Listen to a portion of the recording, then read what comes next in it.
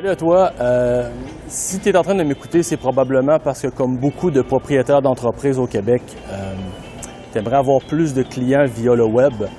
Peut-être que tu as déjà embauché une agence web qui n'a pas été à la hauteur, ou peut-être que tu tentes de gérer ton marketing web toi-même, mais tu n'es pas capable d'obtenir les résultats que tu espères avoir.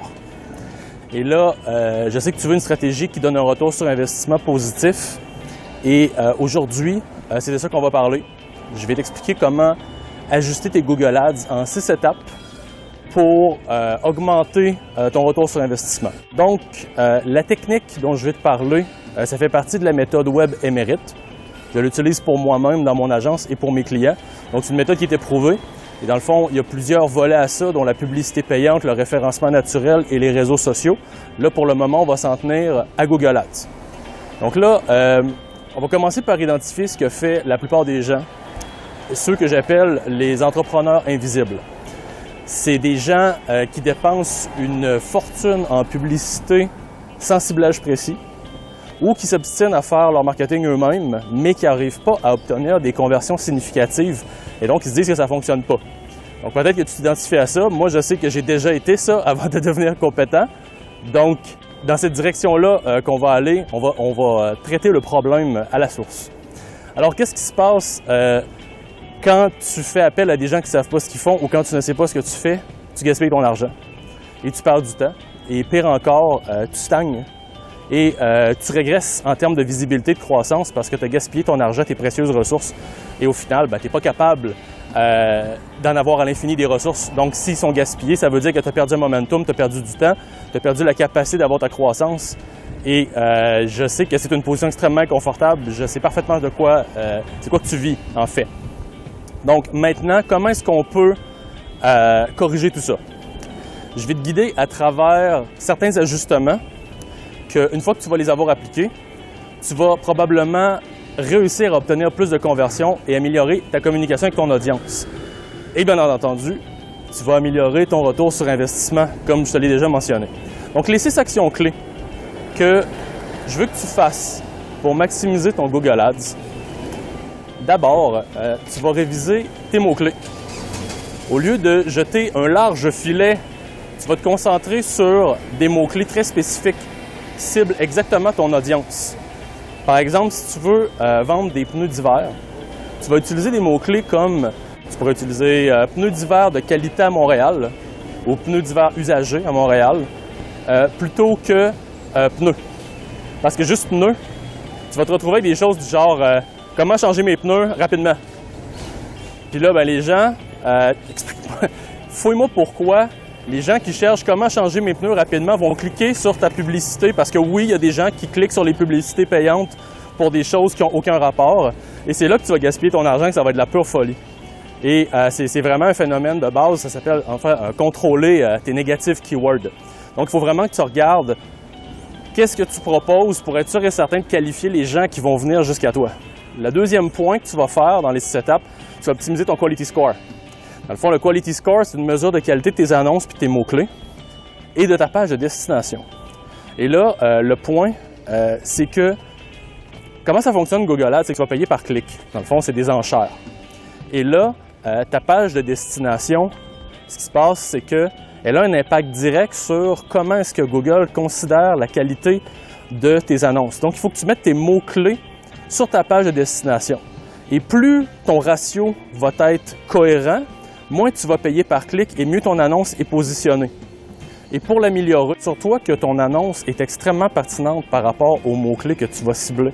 Parce que si ton quality score est bas, tu vas te retrouver que ton matériel publicitaire va te coûter cher.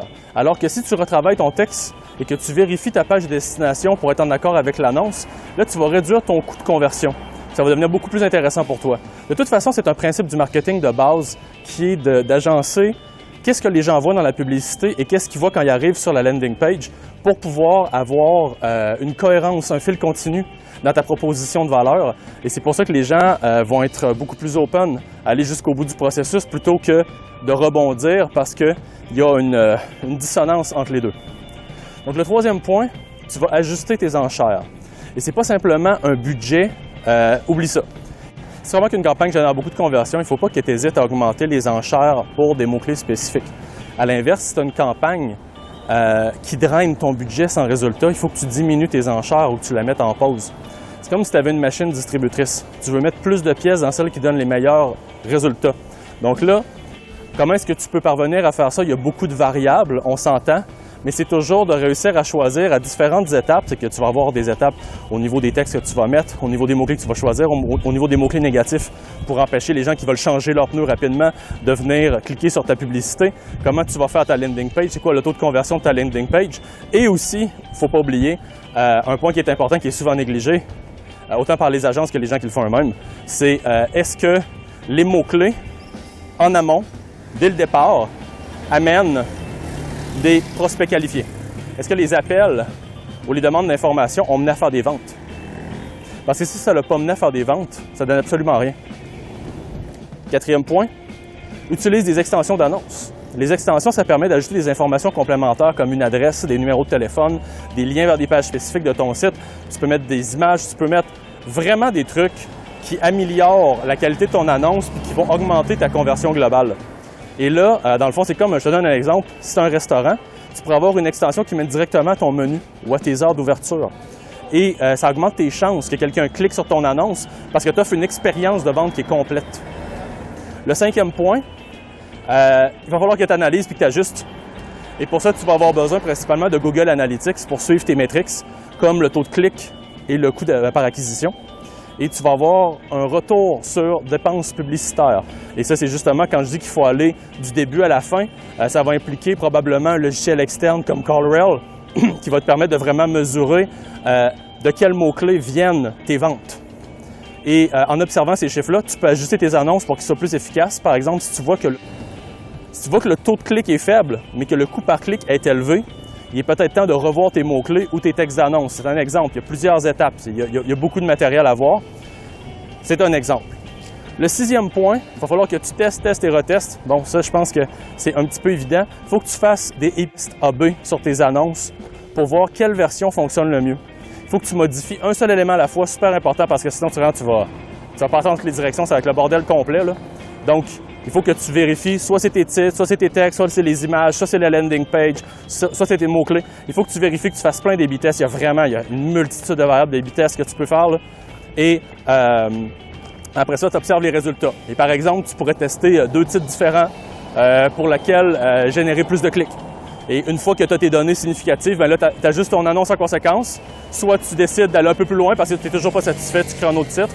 Ou soit tu dis, bon, ben parfait, les titres, j'ai eu une amélioration substantielle, j'ai X% de plus de clics.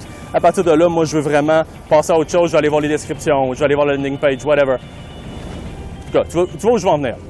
Donc, si tu agis selon les étapes que je viens de t'expliquer, tu vas non seulement augmenter ton retour sur investissement, mais tu vas aussi renforcer ta stratégie marketing. Et tu vas obtenir un niveau de communication plus fluide avec tes prospects et tes clients. Par contre, si tu continues comme avant, tu vas rester dans une spirale d'efforts inutiles et tu vas dépenser et gaspiller tes ressources. Et ça, je ne crois pas qu'aucun entrepreneur puisse se le permettre. Mais on sait tous que le manque d'information, ça peut être un obstacle majeur. C'est pour ça que je te parle. Donc, c'est difficile de faire le bon choix. Tu ne sais pas comment aborder tes problèmes. Ça te prend une solution. Laquelle? Donc, si tu veux vraiment avancer dans tes objectifs, moi, ce que je te propose, c'est de continuer d'écouter mes vidéos, bien évidemment, parce que je vais te donner un paquet de trucs encore, et de t'abonner, et de télécharger ma checklist gratuite. Parce que dans le fond, j'ai créé une checklist par rapport à Google Ads. Et ce qu'il y a de fantastique avec cette checklist-là, c'est que tu vas avoir tous les détails de ce qu'il faut que tu contrôles, autant si tu le fais toi-même qu'avec une agence. Alors, donc, c'est tout ce qui va te permettre de contrôler ta campagne. Comment est-ce que tu fais pour réussir une campagne Google Ads rentable? Comment est-ce que tu mesures tes résultats? Qu'est-ce qu'il faut que tu testes? Qu'est-ce qu'il faut que tu A/B testes? Qu'est-ce qu'il faut que tu configures? Qu'est-ce qu'il faut que tu vérifies? Qu'est-ce que les gens ont fait? Qu'est-ce que ton agence a fait? Pour être sûr qu'ils t'ont pas fait du n'importe quoi puis qu'ils font juste se mettre un montant dans les poches à tous les mois sans que tu aies de résultats. Comment est-ce que tu fais pour avoir des rapports solides qui te font savoir si tu rentres dans ton argent? Donc, non seulement la checklist va te guider dans l'amélioration de ton retour sur investissement, mais ça va être ton premier pas vers l'application de la méthode web Émérite qui va te permettre d'atteindre une autonomie en marketing web et un statut plus élevé dans ton domaine aussi. Parce que c'est évident que si tu arrives à attirer plus de clients et à faire plus d'argent, tu vas gagner en autorité, c'est évident. Tu vas être capable de devenir un des joueurs majeurs dans ton secteur. Donc, je t'invite à passer à l'action. Abonne-toi, télécharge la checklist et mets-toi à l'action dès maintenant. Salut!